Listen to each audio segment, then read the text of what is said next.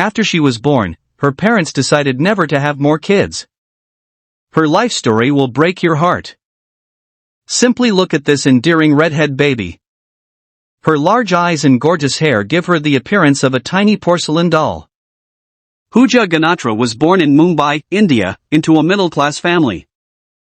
Hujia's parents are both Indian and she is their biological kid. But she is nothing like them. She also doesn't have any resemblance to an Indian girl. Fair skin, red hair, and freckles. The girl seems to be an Irish girl who found herself on the opposite side of the globe. Hujia's parents were so taken aback by her birth that they made the decision to stop having children. Not because they didn't like how the infant looked, but rather because they concluded the child was very sick and that the illness was most likely inherited.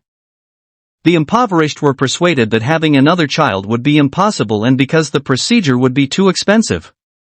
Furthermore, this future child might also be born unwell. However, the Indian family faced a significant challenge in raising a youngster who did not disagree. For instance, a 3-year-old girl's parents hurried her to the doctor when she developed her first freckles. Naturally, the concerned family were reassured by the doctor that everything was well. Hujia would still have to deal with other difficulties in her life, though. She had an extremely difficult time in school since some of her classmates called Hujia derogatory names and made every effort to harm the unique girl. The gorgeous redhead was told to use laser therapy to get rid of her freckles when she was a senior. Because these little specks were viewed as ugly by many. It's hardly shocking that before attending university, the girl had relatively few acquaintances and preferred to live alone. Undoubtedly, the girl's parents, Rajesh and Hamaxi, did everything in their power to assist her, and having an unusual appearance does not equate to being abnormal.